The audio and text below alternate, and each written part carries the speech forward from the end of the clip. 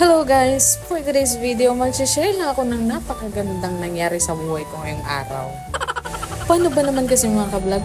Aalis na sana ako ng school. Kaso, ang problema nung hinahanap ko na yung susi ko, hindi ko mahanap. And then, nung minessage ko yung kapatid ko, nasa kanya daw pala yung susi.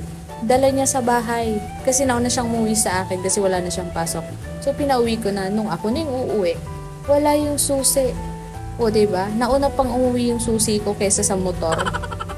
Itutulak ko yung motor o lilipad kami? Sa mga pagkakataong ito, inaantay ko dito si Papa mga kablog dahil dadalhin niya yung susi papunta dito sa school.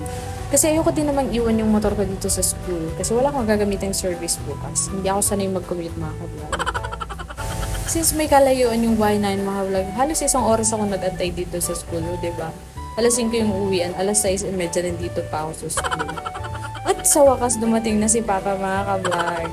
Hiniram niya pala yung motor ng tito ko para makarating dito sa school. O, diba? Buti na lang at may nahiram ang motor si Papa. Although dalawa naman ang motor namin kaso gamit ng kapatid ko mga ka-vlog. So, ayan. Success na din ang susi mga kami na tayo.